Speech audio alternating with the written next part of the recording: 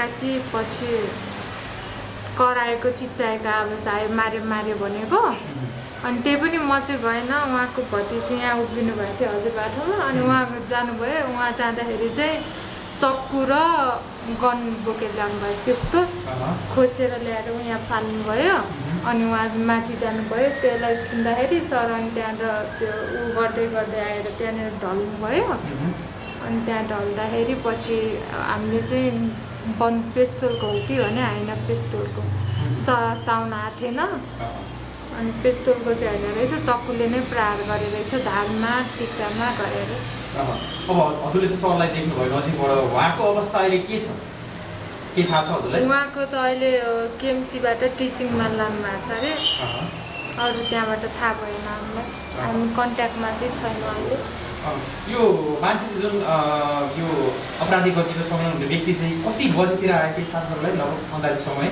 त्यो चाहिँ थाहा भएन सर आएपछि आउनुभयो होला सर पहिला त आन्टीले सफा गरेर आउँदाखेरि एक्लै हुनुहुन्थ्यो हजुर यो काललाग्दो घटना देखाइरहेका छौँ यो दृश्य पनि हामी देख्न पनि सक्दैनौँ र देखाउन पनि लागेको छैन यो हामी पुरा देखाउँदैन यो ब्लर गरेर देखाउँछु तपाईँहरूलाई यो दृश्य तपाईँ देखिरहनु भएको छ यति बेला डायग्नोसिसमा भएको जुन घाइते प्रकरण छ यसको दृश्य तपाईँ देखाइरहेको छ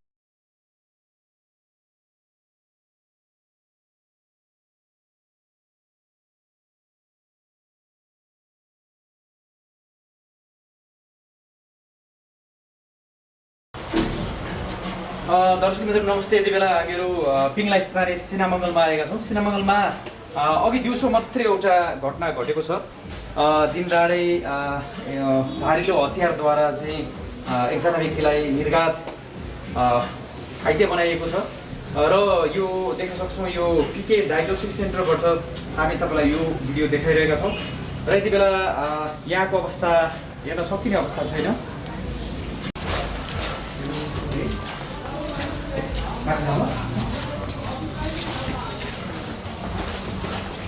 यो काललाग्दो घटना देखाइरहेका छौँ यो दृश्य पनि हामी देख्न पनि सक्दैनौँ र देखाउन पनि लागेको छैन यो हामी पुरा देखाउँदैन यो ब्लर गरेर देखाउँछु तपाईँहरूलाई यो दृश्य तपाईँ देखिरहनु भएको छ यति बेला डायग्नोसिसमा भएको जुन घाइते प्रकरण छ यसको दृश्य तपाईँ देखाइरहेको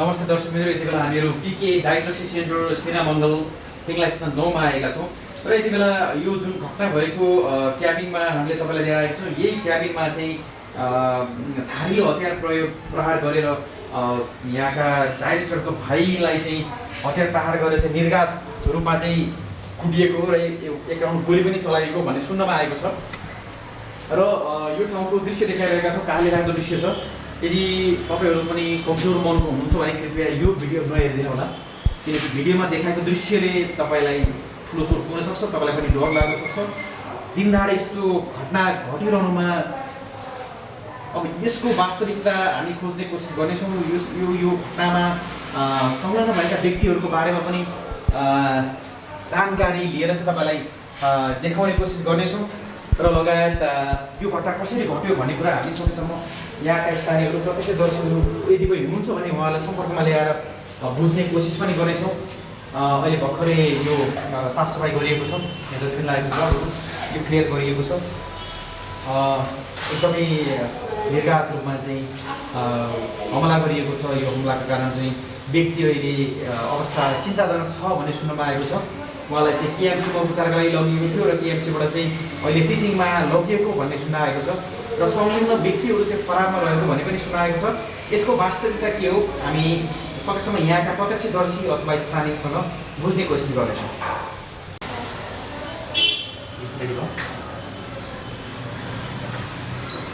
नमस्ते दर्शक मित्रहरू यति बेला हामीहरू पिङला स्थान सिनामङ्गल 9 मा आएका छौँ र एकछिन अगाडि मात्रै भएको घटनाको विस्तृत जानकारी यहाँ कार्यरत हुने कर्मचारीबाट चाहिँ थोरै लिने कोसिस गरेका छौँ यो घटनाको बारेमा यहाँ कार्यरत रहनुहुने उहाँसँग थोरै हामी बुझ्ने समय लिनेछौँ।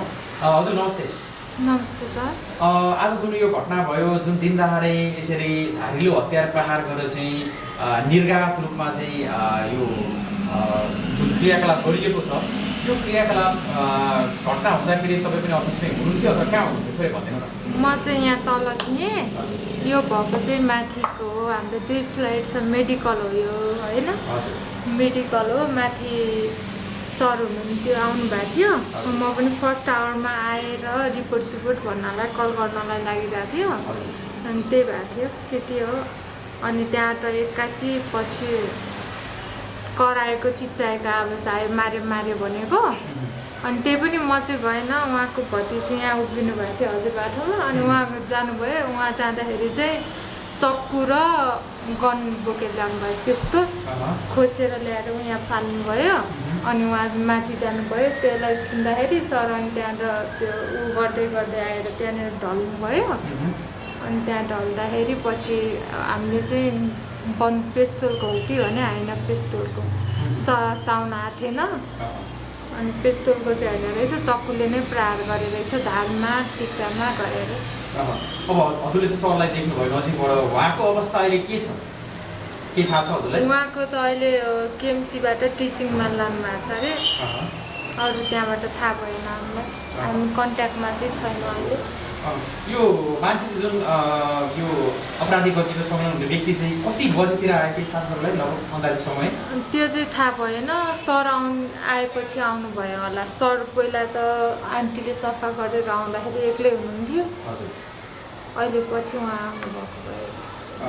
अनि त्यो फरार भएको व्यक्तिलाई चाहिँ प्रहरी पनि आयो यहाँ होइन, उसलाई समातेन केही खबर आएको छ, सूचना पाउनुभयो? प्रहरीहरू आउनुभन्दा हामीले त सर त्यहाँ आएपछि पुलिसलाई फोन गऱ्यौँ।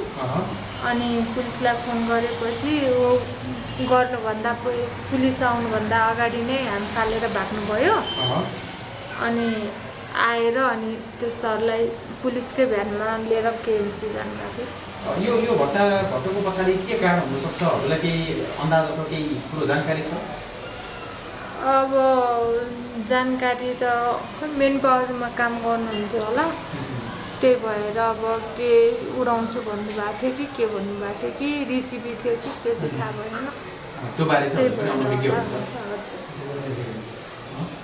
त्यो जुन चाहिँ हतियार प्रहार गर्ने व्यक्ति चाहिँ कसरी भएको के थाहा छ तपाईँलाई? हतार गर्ने प्रहरी त्यही झ्यालबाट हाम फालेर ब्याग चाहिँ त्यहीँ जस्तामा छुट्यो, मान्छे चाहिँ पल्टेर भुइँमा गयो, अनि उता गयो भाग्दै। हत्या गर्ने प्रहरी होइन, हत्या गर्ने व्यक्तिले त्यहाँबाट गयो, हिँडेरै गयो। उसको ब्याग चाहिँ भेट्यो। ब्याग चाहिँ अब त्यो ब्याग चाहिँ कसको साथमा छ? प्रहरीको साथमा छ? हजुर प्रहरीको साथमा छ, गन पनि प्रहरी, चक्कु पनि त्यो हामीले तरकारी काट्ने जस्तो चक्कु छ ठुलो, त्यति। भनेपछि यसरी अब तपाईँ पनि अफिसमा काम गर्नुहुन्छ, अब तपाईँ पनि अब मर्निङ टु डे इभिनिङसम्म अफिसमा हुनुहुन्छ होइन, अनि यसरी दिनदाडै मान्छेहरूमाथि यस्तो गतिविधि बढिरहँदाखेरि अनि हजुर पनि आफ्नो तर्फबाट कतिको सुरक्षित छु जस्तो लाग्छ यसरी अफिसमा काम गर्दा? यस्तो दिनदिनै यस्तो भएपछि सुरक्षित त कसरी हुन्छ र होइन, त्यही सुरक्षित नभए पनि आफ्नो लागि त गर्नै पर्छ काम, सबैजनाले गर्नै पर्छ। तर पनि यहाँ त यो जुन पिके डायग्नोसिस सेन्टरको ठ्याक्कै अपोजिटमा पारिपट्टि त पुलिस चौकी छ, पुलिस चौकीको नजिक त यसरी दिनदाडै यस्तो घटना भइरहेको छ भने मान्छे अरू ठाउँमा बस्ने मानिसहरू कति असुरक्षित छन् भन्ने कुरा त हामीले अनुमान पनि गर्न सक्छौँ। त्यो त छ। यो घटनाप्रति चाहिँ तपाईँलाई के भन्नु छ अथवा केही लागेको कुराहरू के छ, के राख्न चाहनुहुन्छ? छैन। हुन्छ, समय दिनुभयो, धन्यवाद।